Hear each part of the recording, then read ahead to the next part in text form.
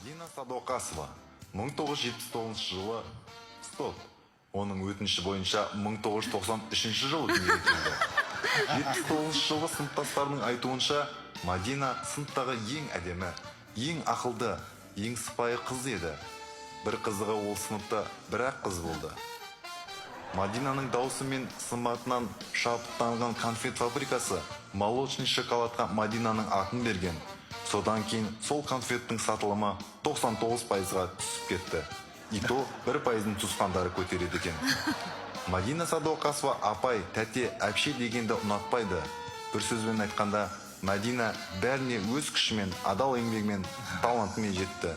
В общем, Мадина тәтеміз молодец. Мадина Садуақасова қызыл ұзатуда сыңсуды көп айтатын соншалық, өз балаларын мектепке шығарып салғанда арттарыңа қарамаңдар деп шығарып салады екен.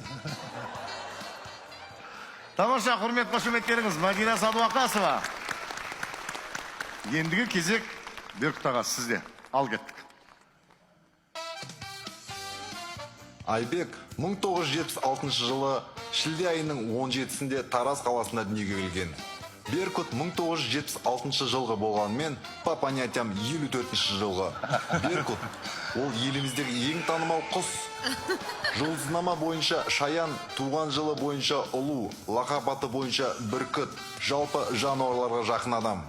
Бүркіт құсының көзіндегі жабдығы болмаса ұшып кетеді, ал әнші бүркіттің көзінде очки болмаса ән айтып кетеді. Бүркіт пен Айшамен шетелге шықса, ұшаққа тек Айша ғана билет алады екен. Өйткені Бүркіт өз ішіп пара салады. Бүркіт комедиялық фильмді әзілсіз түсірген жалғыз адам. Бүркіт тамақ жегенде жай шықып жейді екен. Жалпы Бүркіт өте еңбекқор, қазіргі жетістігіне өз қолымен жеткен қоғам қайраткері. Шабала, құрмет қошеметтеріңіз.